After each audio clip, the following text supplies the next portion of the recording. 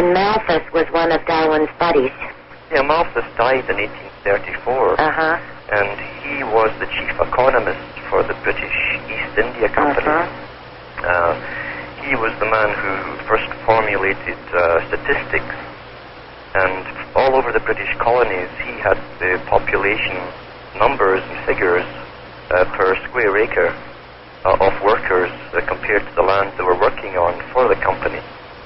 And he had it worked down to how many rations per day they would need to survive, and he had it worked down into such a system that they could have enough to survive and complete their work, but not have enough to become strong and try and overthrow the oppressors, their overseers.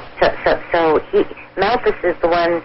Malthus, is that how you pronounce it? Yeah. He's the one that came up with the concept of overpopulation and the need to depopulate. Oh yeah, he literally said that the human race must basically give itself over to an intellectual, scientific elite, put themselves in their hands, and that they must reduce the population of the useless eaters, the excess population, by putting them into more and more wars, which they themselves, he admitted too that they should also prosper off these wars, and that they should also put the poor into housing near swamps where they would get diseases and malaria, and that would also bring down the population.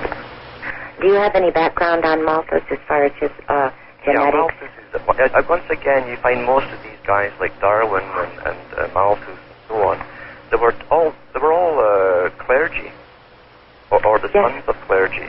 Yes. And they were sons of the British nobility. I don't think people realize that England, right up until this century, the clergy of the Anglican Church also belonged to the British nobility. So if you were in the British nobility, you would either be an Anglican priest or you would be in the army. Basically, that's how it worked. And so they had perfect. Of course, that exactly the system that Plato advised 2,500 years prior to that. That you would have the nobility underneath the royalty, and the nobility would run the army and be the army, and also the priesthood.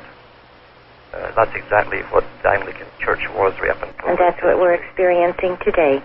Yeah, now they've let more people into it, and they've diversified the Christian churches, but basically it's the same system, because you have a world council of churches with the Rockefellers at the top, and every doesn't matter which, if you're a Pentecostal or a Baptist, all the theories that bring in change through the churches are first put out by the World Council and taken back by the heads to the local churches. And they get publications from their heads every week, and they advise them what topics to speak about in church and what ones they must stop speaking about. And so gradually change is brought about in whichever direction it's planned.